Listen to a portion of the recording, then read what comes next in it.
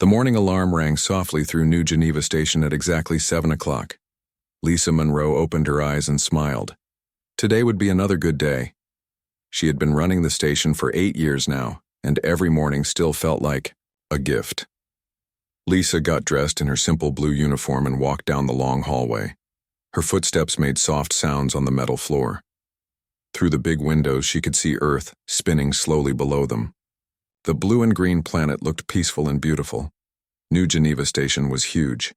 It had 50 levels and could hold 5,000 people. Right now, 3,200 children lived here. They came from all over human space. Some had lost their parents in accidents. Others came from planets where there was fighting. A few had simply been left behind when their families moved away. But here, they were all safe. Here, they all had a home. Lisa walked into the main dining hall. Hundreds of tables filled the large room. The kitchen staff was already making breakfast. The smell of fresh bread and eggs filled the air. Soon, thousands of hungry children would come running in. Jake Phillips was checking the security screens near the entrance. He was a big man with kind eyes and short gray hair.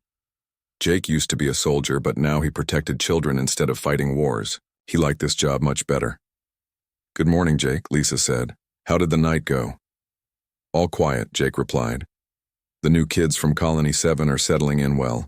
Little Emma Walsh cried for her mother again, but Amy Carter sat with her until she fell asleep. Lisa nodded. Amy was 10 years old and had been on the station for 2 years. She was smart and helpful. Amy always looked after the younger children. Lisa was proud of her. The first children began coming into the dining hall. They talked and laughed as they found their friends. Marcus Lee walked in with a group of teenage boys. Marcus was 16 and tall for his age. He helped Jake keep order among the older kids. "Miss Monroe," a small voice called out. Emma Walsh ran over with her stuffed rabbit in her arms. She was only 6 years old and had arrived just 2 weeks ago. Her parents had died in a mining accident on Titan Station. "Good morning, Emma," Lisa said, kneeling down to the little girl's level. "How are you feeling today?" "Better," Emma said quietly. "Amy showed me how to draw pictures of spaceships yesterday. Do you want to see?" "I would love to see them after breakfast," Lisa said. More children kept coming into the hall. There were kids from Earth, Mars, the asteroid mines, and dozens of colony worlds. They spoke different languages and came from different cultures, but they all lived together like one big family. Amy Carter walked over with her breakfast tray. She had brown hair and serious green eyes. "Miss Monroe, can I help in the workshop today? I want to learn how the gravity generators work." "Of course," Lisa said, "but finish your math lessons first." Amy smiled and went to sit with her friends. She wanted to be an engineer when she grew up. Lisa thought she would be a good one. Amy was always asking questions about how things worked. Jake walked over to Lisa. "The supply ship from Earth should arrive tomorrow," he said. "We're getting new books for the library and parts for the playground equipment." "Good," Lisa said. "The kids have been asking for new stories to read." The dining hall was now full of children eating and talking. Some of the older ones helped serve food to the younger kids. Teachers moved between the tables, making sure everyone had enough to eat. Lisa loved watching them all together. These children had lost so much, but they still found ways to be happy. They still played and learned and dreamed about the future. After breakfast, the children went to their classes. New Geneva Station had the best schools in human space. The kids learned math, science, history, and languages.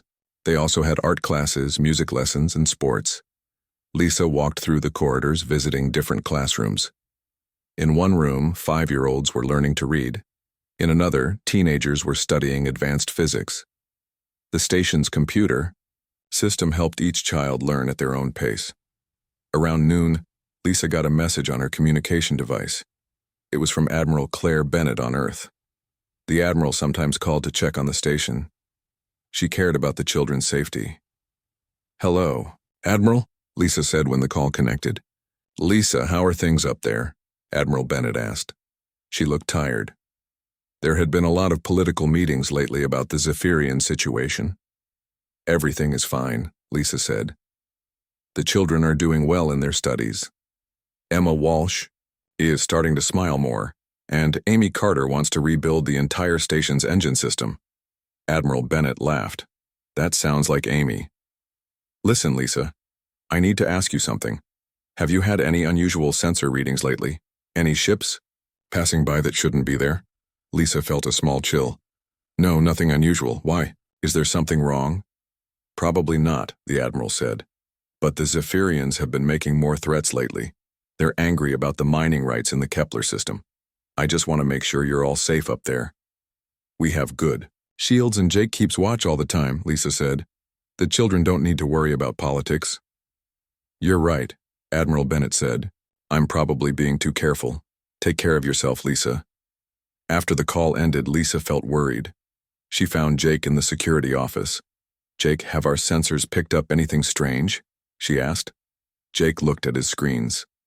Nothing at all. Why?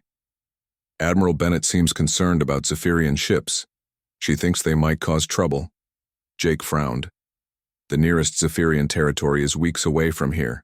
Even if they wanted to cause problems, why would they come to an orphanage? Lisa nodded. That made sense. New Geneva Station was clearly marked as a civilian facility. It had no weapons, no military value, and no strategic importance. It was just a place where children lived and learned. You're right, she said.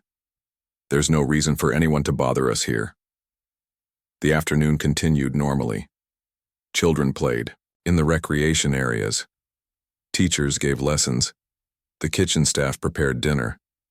Emma Walsh drew more pictures of spaceships. Amy Carter fixed a broken toy robot for one of the younger boys. As evening came, Lisa stood in the main observation deck. Earth hung below them like a blue jewel. Stars filled the black space all around. Everything was peaceful and quiet. Tomorrow would bring new lessons, new games, and new discoveries. The children would continue growing and learning. Some would become doctors or teachers. Others would be engineers or explorers. A few might even become ship captains or scientists. Lisa smiled as she watched a group of kids playing zero-gravity tag in the recreation area. Their laughter echoed through the station's corridors. This was what mattered. This was what made all the hard work worthwhile. She had no way of knowing that in the darkness beyond the starfield, ships were already moving toward them. Ships that carried weapons instead of supplies. Ships filled with beings who saw the laughter of human children as something that needed to be silenced forever.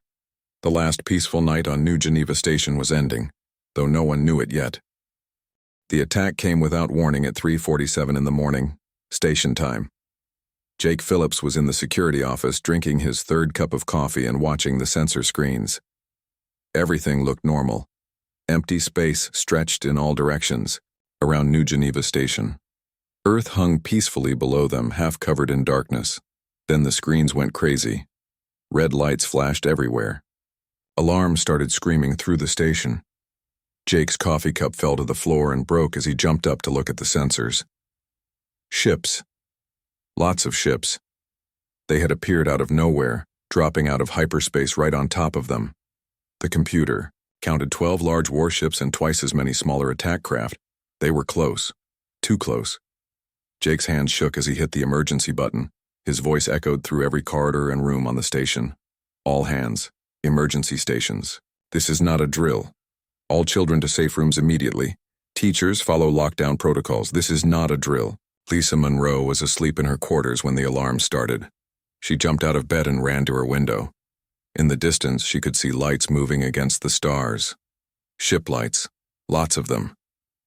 Her heart pounded as she grabbed her emergency communicator and ran toward the main levels. Children were already moving through the corridors. Some were crying. Others looked confused and scared. Stay calm, Lisa called out as she ran. Teachers, get your groups to the safe rooms. Older children, help the little ones. Amy Carter was awake instantly when the alarm started. She had learned to wake up fast during her first year on the station. Bad dreams used to make her scream. At night. Now she helped other kids who had the same problem. But this was not a dream. Amy ran to the younger children's section. Emma Walsh was sitting on her bed holding her stuffed rabbit and crying. Emma, we have to go now, Amy said, picking up the little girl. Remember the emergency drills? We go to the safe room and wait there. I'm scared, Emma whispered. I know, Amy said.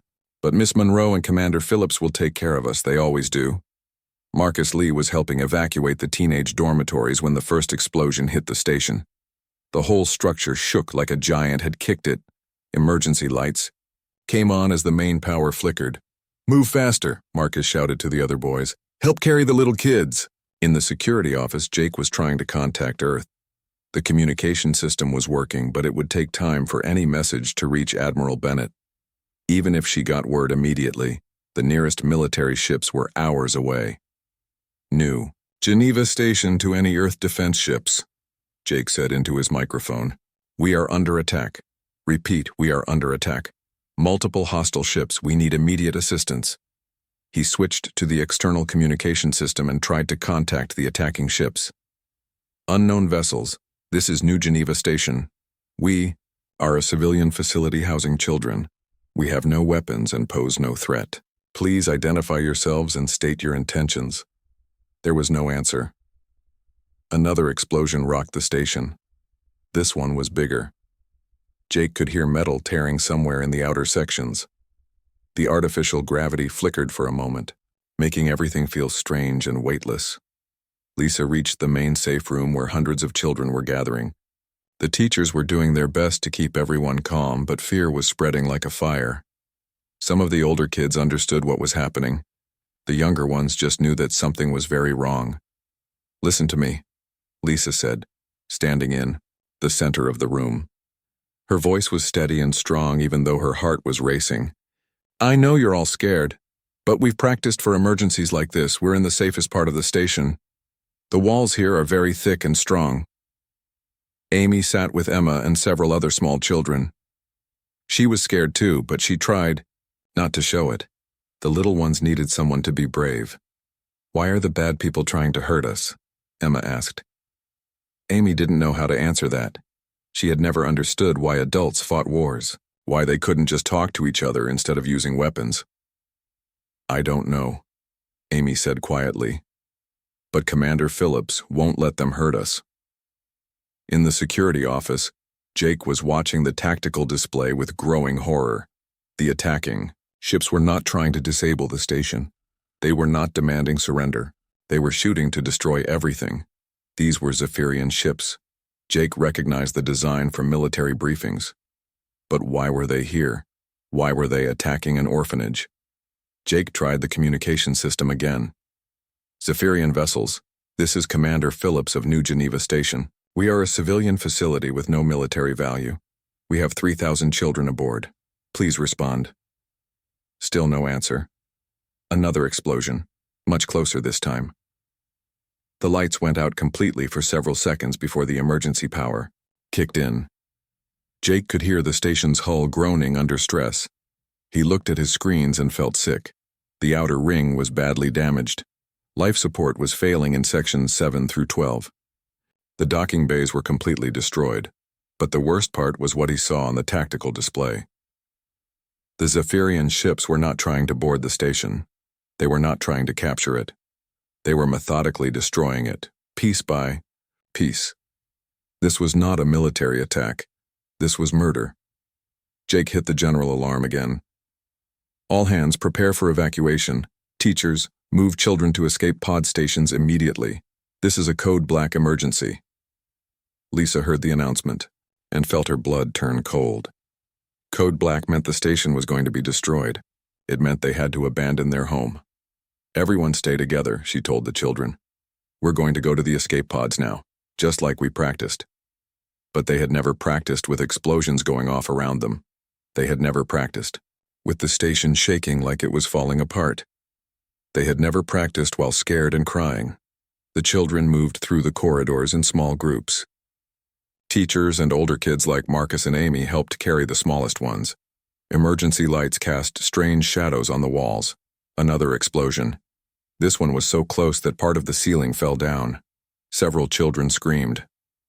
One of the teachers, Mrs. Betty Clark, was hit by falling metal and couldn't walk. Leave me, she said to Marcus, who was trying to help her. Get the children to safety. No, Marcus said. We don't leave anyone behind. He picked up Mrs. Clark and carried her, even though she was heavy and he was only 16 years old. Jake ran through the corridors, checking different sections of the station. The damage was getting worse. Whole areas were now open to space. The artificial atmosphere was leaking out through huge holes in the hull. He reached the escape pod bay and started activating the small ships. Each pod could hold 20 people. There were 15 pods total. Not enough. Not nearly enough for 3,000 children. Lisa arrived with the first group of kids. Amy was helping Emma walk. The little girl was still holding her stuffed rabbit. How many pods do we have? Lisa asked Jake. 15, he said quietly. Lisa did the math in her head. Her face went white. Even if they packed the pods as full as possible, they could only save 300 children. Maybe 400. What about the other 2,800? Another massive explosion shook the station. This time, Jake could see the outer hull splitting apart through the observation windows. Pieces of metal and debris floated away into space. Get the youngest ones into the pods first, Lisa said. Hurry. Amy helped Emma into the first escape pod. The little girl looked back at her. Aren't you coming? Emma asked. Amy looked around at all the other children still waiting. So many of them. Too many of them. I'll be in the next one, Amy lied. The first pod launched just as another explosion tore through the station. Jake watched it disappear into the darkness, carrying 20 children to safety. 14 pods left.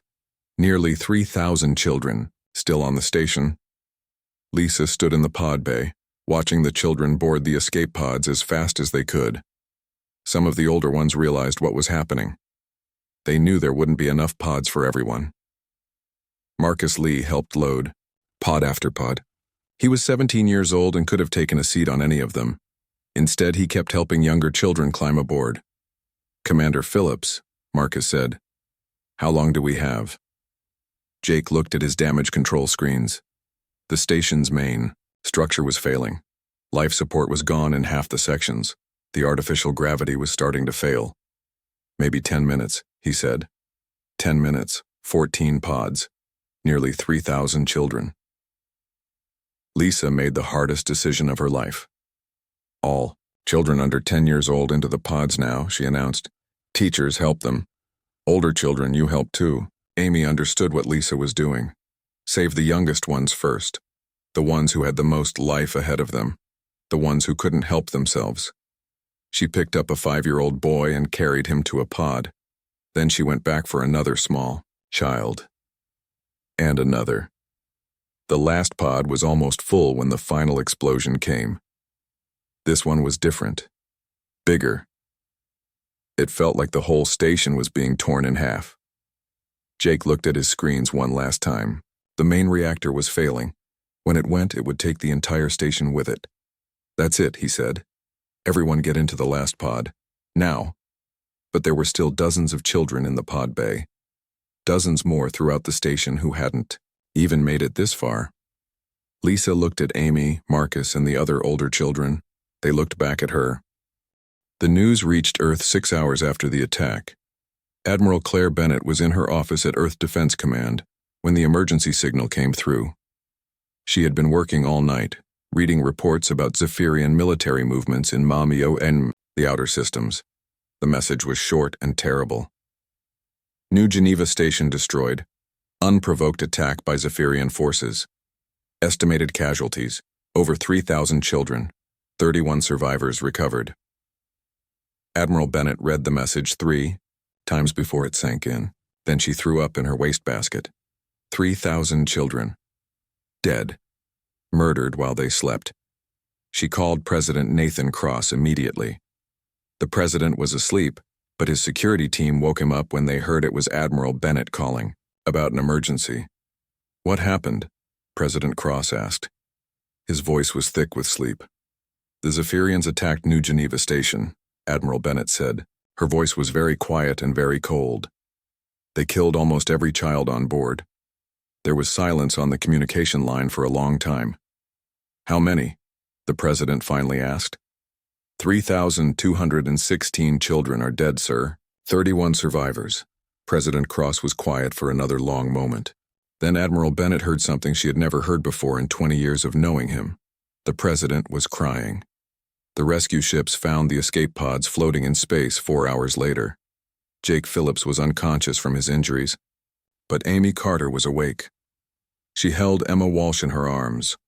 The little girl was alive but had not spoken since the attack. The rescue team brought the survivors to Earth Central Hospital. Doctors and nurses worked to save the injured children. News reporters waited outside, but the military kept them away. Amy sat in a hospital bed staring out the window at Earth below. A nurse tried to give her food, but she would not eat. A doctor tried to ask her questions, but she would not speak. She kept thinking about Lisa Monroe, about Marcus Lee, who had stayed behind to help load the escape pods, about all the other children who had not made it out. Why had the aliens done this? What had they gained by killing children? President Cross called an emergency meeting of the United Earth Council. Representatives from every human world came to Earth as fast as their ships could carry them. The meeting room was packed with angry, shocked people. President Cross stood at the front of the room. He looked older than he had the day before. His hair seemed grayer. His face was tight with anger. "You have all seen the reports," he said. "The Zephyrian Collective has committed an act of war against the most innocent members of our species. They attacked a clearly marked civilian facility. They murdered children who had done nothing wrong except exist." Representative Kate Morrison from the farming world stood up. She was a small woman with a loud voice. She had 6 children of her own. "Mr. President, we need to respond immediately," she said. "We cannot let this attack go unanswered. Those were our children. All of our children." Senator Bill Hayes from the mining colonies nodded. "Kate is right. The Zephyrians think we are weak. They think we will not fight back. They are wrong." Other representatives spoke up. Some wanted immediate military action. Others wanted to try diplomacy first. A few suggested economic sanctions. But then Dr. Rachel Stone stood up to speak. Dr. Stone was the head of the Xenobiology Institute. She had spent her whole career studying alien species and promoting peaceful contact between humans and other races. She was known for her gentle nature and her belief that all intelligent life should be protected. "I have spent 30 years of my life trying to build bridges between humans and aliens," Dr. Stone said. Her voice shook with emotion. "I believe that we could all live together in peace. I believe that understanding would prevent violence." She paused and looked around. "The room, I was wrong. The Zephyrians have shown us what they really are. They are not interested in peace or understanding. They are killers who target children. They are monsters." Dr. Stone's words shocked everyone. No one had expected the galaxy's most famous peace advocate to call for war. "I now believe that some species do not deserve to exist in civilized space," she continued. "The Zephyrians have forfeited their right to peace. They must face the consequences of their actions." The room erupted in angry voices. Every representative was shouting at once. Some demanded immediate military strikes. Others called for the complete destruction of Zephyrian space. President Cross let them shout for several minutes. Then he raised his hand for silence. "The footage from New Geneva Station will be released to the public in 1 hour," he said. "Every human being in known space will see what the Zephyrians did to our children. They will see the escape pods floating in space while the station burned behind them. They will see the bodies of murdered 6-year-olds. He paused and looked directly at each representative. "When they see that footage, they will demand action. Not economic sanctions, not diplomatic protests. They will demand blood, and they will be right to demand it." Admiral Bennett stood up next to the president. She had been in the military for 25 years. She had fought in 3 wars and commanded fleets in dozens of battles. But she had never felt anger like this before. "The Zephyrian Collective has approximately 800 warships," she said. "They control 47 star systems and have a population of 12 billion. Their military technology is roughly equal to ours." She activated a holographic display showing the Zephyrian territory. "Under normal circumstances, a war between our species would last years and cost millions of lives on both sides. It would be a disaster for everyone involved. Admiral Bennett paused and looked around the room. But these are not normal circumstances. The Zephyrians have not just attacked our military. They have not just invaded our territory. They have murdered our children in their beds. They have committed an act so evil that it changes everything. The holographic display changed to show human space. Thousands of worlds, billions of people, massive industrial capacity. Humanity has never fought a total war. Admiral Bennett continued. We have never devoted our entire civilization to destroying an enemy. The Zephyrians are about to learn what that looks like. President Cross stepped forward again. I am asking this council to declare total war against the Zephyrian collective. Not a limited conflict over territory. Not a diplomatic dispute with some fighting. Total war. Complete war. We will not stop until their government surrenders unconditionally. And every person responsible for this attack faces human justice. The vote was unanimous. 412 representatives from every human world voted for total war. Not one person voted against it. The footage from New Geneva Station was released to the public that evening. It showed the attack from beginning to end. It showed children running through corridors while explosions went off around them. It showed teachers carrying injured students. It showed Lisa Monroe's final message, recorded just before the station was destroyed. The reaction was immediate and overwhelming. On Earth, millions of people gathered in the streets demanding military action. On Mars, colonists lined up at recruitment offices to join the military. On the asteroid mining stations, workers volunteered to build warships instead of mining equipment. Amy Carter watched the footage from her hospital bed. She saw herself helping Emma Walsh into the escape pod. She saw Marcus Lee staying behind to help other children. She saw Lisa Monroe holding the younger kids as the station fell apart around them. For the first time since the attack, Amy spoke. I want to join the military, she told the doctor who was checking on her. You're only 10 years old, the doctor said gently. They killed my friends, Amy said. They killed Miss Monroe. Someone has to make them pay for what they did. The doctor did not know what to say to that.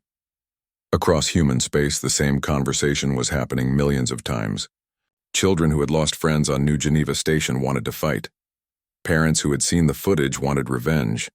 Grandparents who remembered their own childhood wars wanted justice. President Cross appeared on every news channel that night.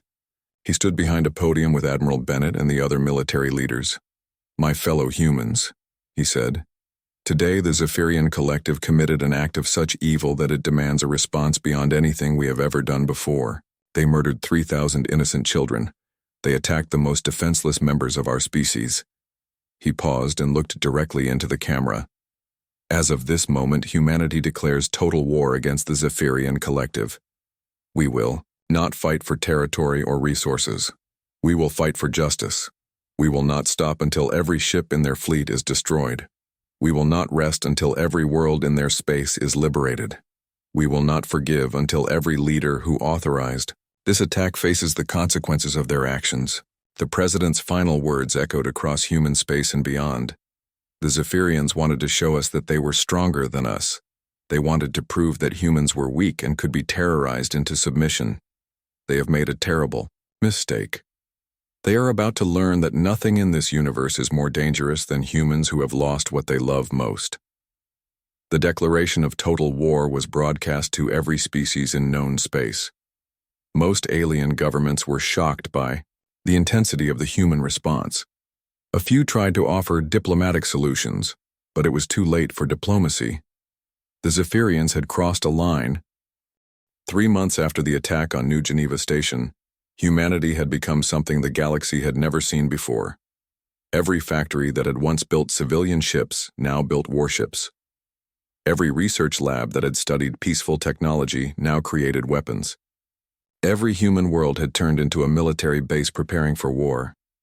Admiral Claire Bennett stood in the command center of the new Supreme War Council building on Earth. Through the massive windows, she could see the orbital shipyards working. Day and night, bright sparks of welding torches looked like stars against the black sky. Status report, she said to Colonel Frank Miller, her new intelligence chief. Production is ahead of schedule on all fronts, Colonel Miller said, reading from his tablet. We now have over 2,000 new warships completed, with 500 more launching each week. The industrial colonies have converted completely to military production. Admiral Bennett nodded. The transformation had been incredible to watch. Humanity had always been good at building things, but now they were building instruments of war with a focus that frightened even their allies. What about personnel? She asked. Recruitment centers are turning people away, Colonel Miller replied. We have more volunteers than we can train. Veterans are coming out of retirement. Even civilians with no military experience are demanding to serve. This was true across all human space. Amy Carter, now 11 years old, was living on Mars at a secure facility with the other survivors from New Geneva Station. Every day she asked when she could join the military. Every day the answer was the same. Not yet. But Amy was not waiting. She studied military tactics in her free time. She learned about ship design and weapon systems. She exercised every day to make herself stronger. The other survivors did the same. Emma Walsh, now 7 years old, still carried her stuffed rabbit everywhere. But she also carried books about engineering and space combat. She wanted to build ships that could protect children better than New Geneva Station had been protected. Jake Phillips had recovered from his injuries and was now training new military recruits. He taught them about the attack, about what they were fighting for, and about why they could never let it happen again. Remember, he told each new group of soldiers, we are not fighting for territory or glory. We are fighting for every child who died on New Geneva Station. We are fighting so that no other children will ever die the way they did. Dr. Rachel Stone had completely changed her life's work. The woman who once promoted peace between species now led the military research division. Her team worked around the clock to develop new weapons designed specifically to fight Zephyrians. Their ships use quantum shields, she explained to Admiral Bennett during a briefing. Standard human weapons can penetrate them, but it takes time. We have developed new plasma cannons that can overload their shield systems in seconds instead of minutes. Dr. Stone activated a holographic display showing test results. We have also created boarding pods that can cut through Zephyrian hull armor. Once our soldiers are inside their ships, Zephyrian warriors cannot match human fighters in close combat. Admiral Bennett studied the data. How long until these weapons are ready for combat? The first ships equipped with the new systems will be ready next month, Dr. Stone said. By the end of the year, our entire fleet will have them. The Zephyrians had not been idle during these months. Their spies reported on human military buildup, and their leaders were starting to worry. They had expected humans to respond with anger, but not with this level of organization and determination.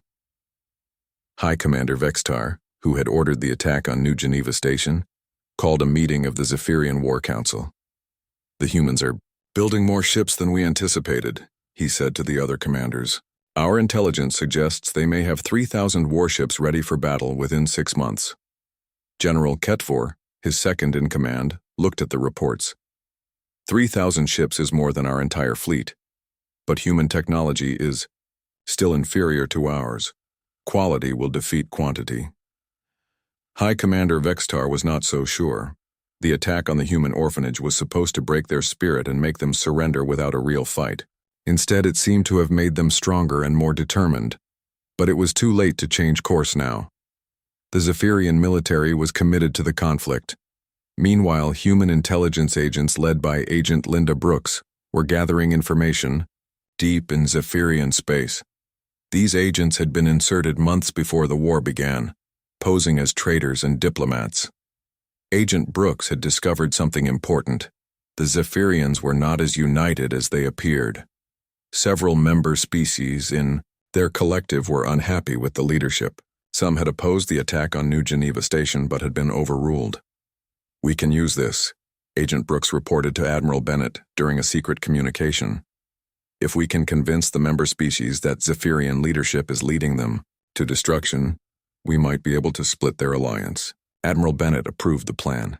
Human agents began making contact with dissatisfied species within the Zephyrian collective, offering them protection in exchange for information about military plans.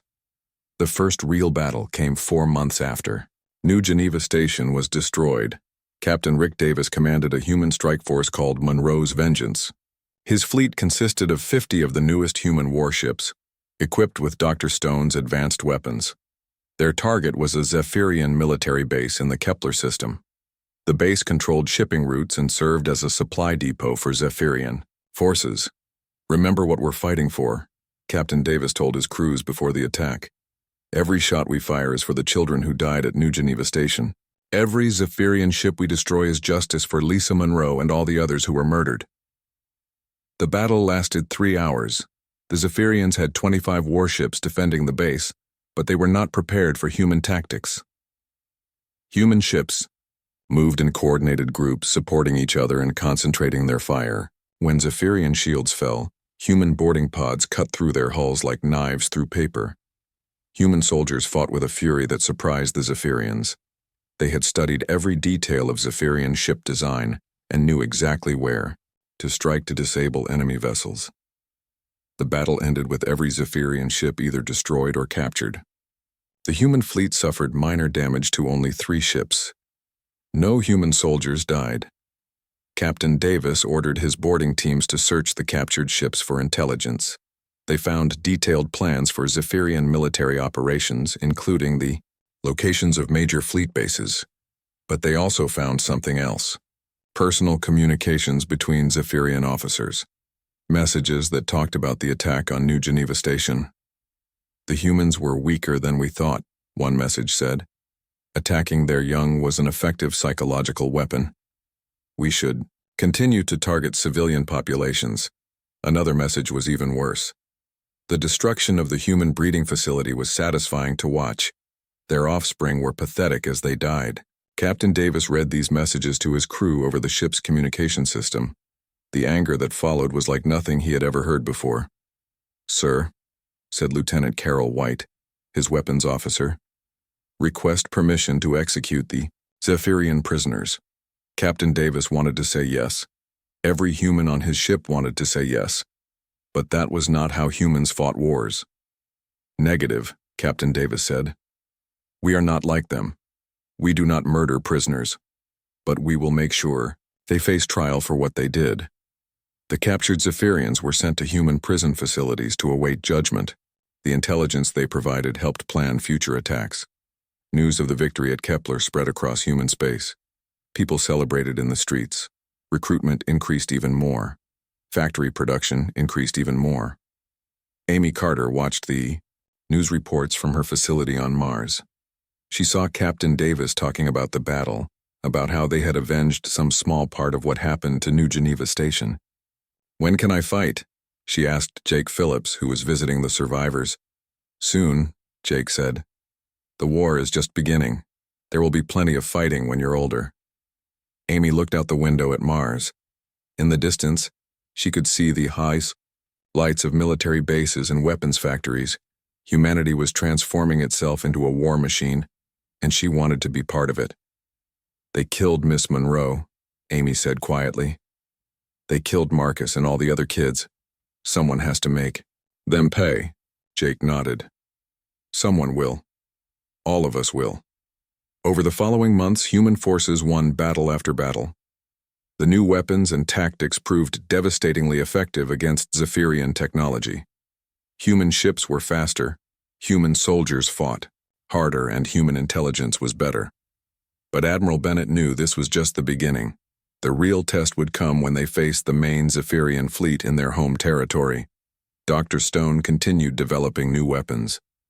Her latest creation was a type of missile that could track Zephyrian ships through hyperspace.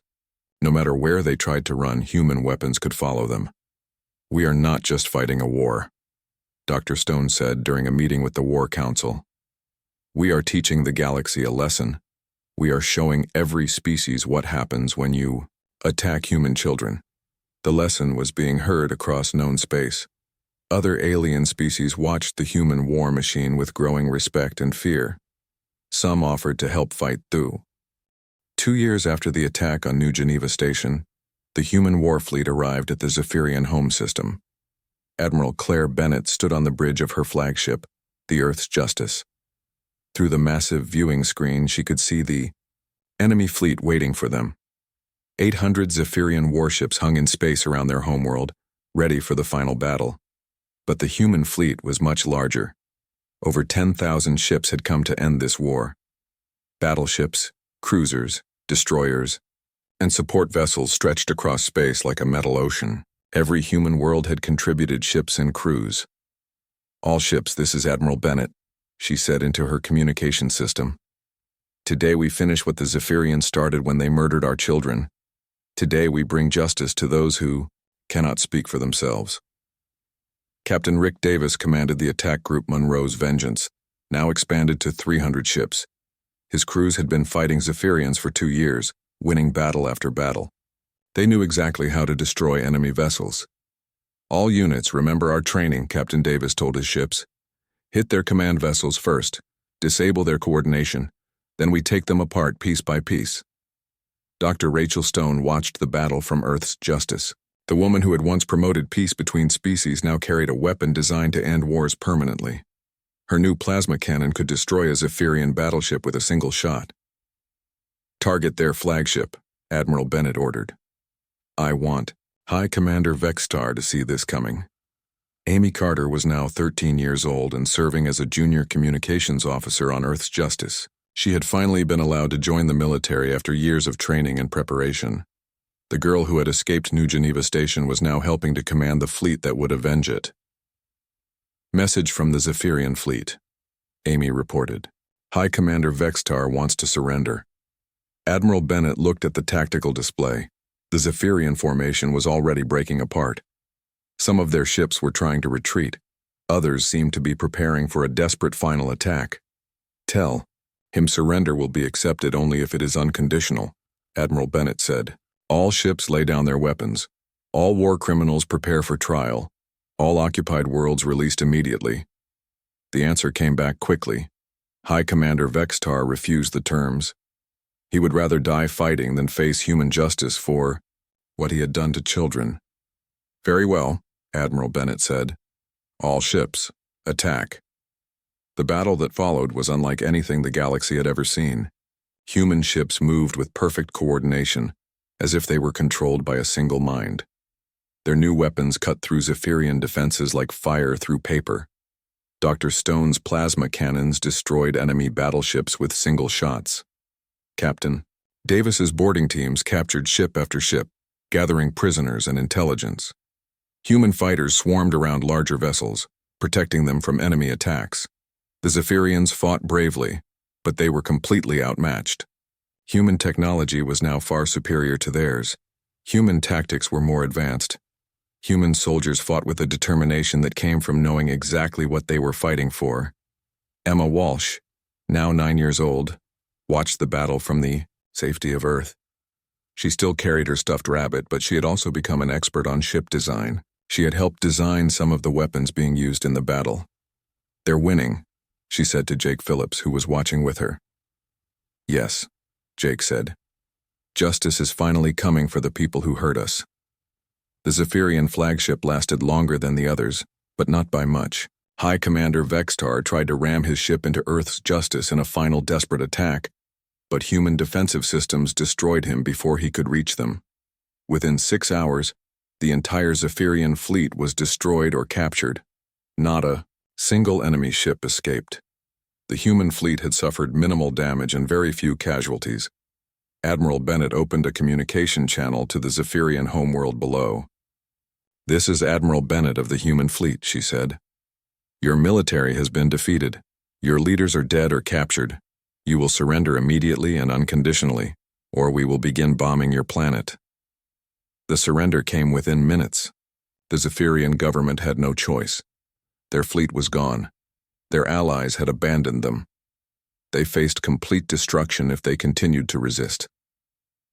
Over the following weeks, human forces occupied every Zephyrian world. The member species that had been forced to join their collective were offered independence. Most accepted immediately, having never wanted to be part of the aggressive alliance. The Zephyrian leaders who had survived the war were put on trial. Human courts heard evidence about their crimes, including the attack on New Geneva Station. Video recordings of the attack were played in courtrooms across human space.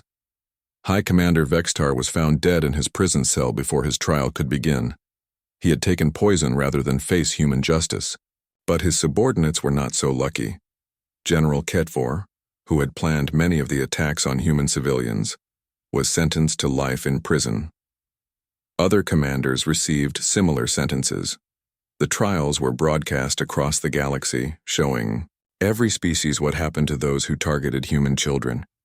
Amy Carter testified at several trials. She spoke about life on New Geneva Station, about the children who had died, and about Lisa Monroe's final moments. Her words were powerful and clear, helping judges understand the full horror of what the Zephyrians had done. They did not attack soldiers, Amy said during one trial. They did not attack military bases. They attacked children while they slept. They murdered people who could not fight back. That is not war. That is evil. The trials lasted for months, but eventually, justice was served. The galaxy watched as human courts dealt with war criminals fairly but firmly.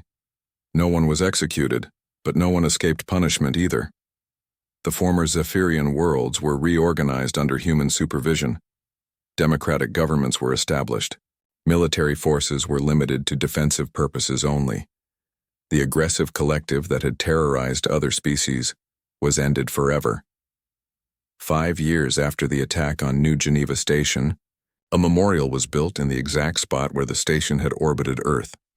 3,000 lights, one for each child who had died, formed a permanent constellation in space. President Nathan Cross, Admiral Bennett, and the survivors attended the dedication ceremony. Amy Carter, now 16 and attending the military academy, spoke for all the children who had been lost. They thought they could break us by killing our youngest and most innocent, Amy said. They thought we would be too weak to fight back. They were wrong. She looked up at the memorial lights shining against the stars. Miss Monroe taught us that protecting children was the most important job in the universe. Today, every human child sleeps safely because we remembered that lesson. Because we never forgot what happened here. Because we made sure it can never happen again. Emma Walsh, now 12 years old and studying advanced engineering, placed a wreath at the memorial. She still carried her stuffed rabbit, but she also carried the knowledge that she would help build the ships that would protect future children. Jake Phillips, now retired from active duty, stood with the other survivors. He had spent the last 5 years training new soldiers and teaching them about the importance of protecting civilians. His students went on to serve throughout human space, carrying his lessons with them.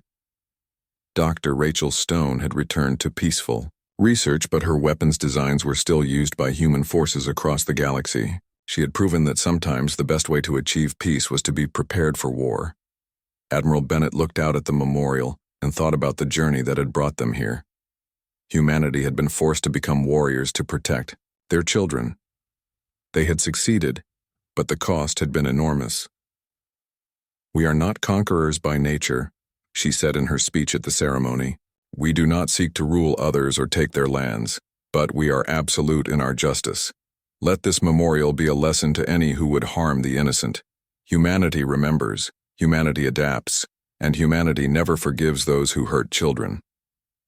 The memorial ceremony was broadcast across the galaxy. Every species watched and understood the message. Humanity had shown that they could be peaceful neighbors and trusted allies. But they had also shown that they could become the most dangerous enemy in the universe when their children were threatened. In the years that followed, no alien species ever attacked human civilians. The lesson of New Geneva Station had been learned. Some lines should never be crossed, and anyone who crossed them would face the full fury of humanity united in righteous anger. Amy Carter graduated from the military academy and became a ship captain. Emma Walsh became an engineer and designed the safest space stations in the galaxy.